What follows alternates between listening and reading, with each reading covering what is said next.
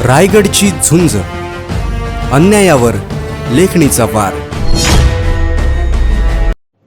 कर्जत शहरातील श्रीरामपूर परिसरातून जाणाऱ्या कर्जत मुरबाड मार्गावरील रस्त्याचे काम काही महिन्यांपूर्वी सुरू करण्यात आले होते. मात्र आजतागायत हे काम पूर्ण झाले नसून रस्त्याच्या दुभाजकाचे कामही अर्धवट अवस्थेत पडून आहे.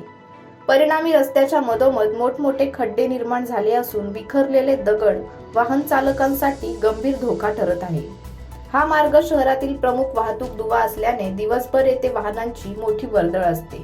त्याचबरोबर महिला, ज्येष्ठ नागरिक आणि शालेय विद्यार्थ्यांनाही सतत ये-जा सुरू असते. अशा परिस्थितीत अपूर्ण कामामुळे अपघाताची शक्यता वाढली असून नागरिकांमध्ये भीतीचे वातावरण निर्माण झाले आहे. स्थानिक नागरिकांच्या मते तातडीने दुभाजकाचे काम पूर्ण करणे तसेच आवश्यक त्या ठिकाणी गतिरोधक बसवणे गरजेचे आहे, जेणेकरून वाहनांचा वेग नियंत्रित राहील आणि संभाव्य अपघात टळतील.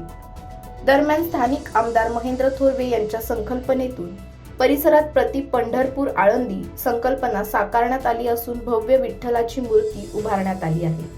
मात्र याच मूर्तीसमोरील रस्त्याची दुरवस्था आणि रखडलेले दुभाजक यामुळे परिसराचे सौंदर्य विद्रूप होत असल्याची खंत नागरिक व्यक्त करत आहेत.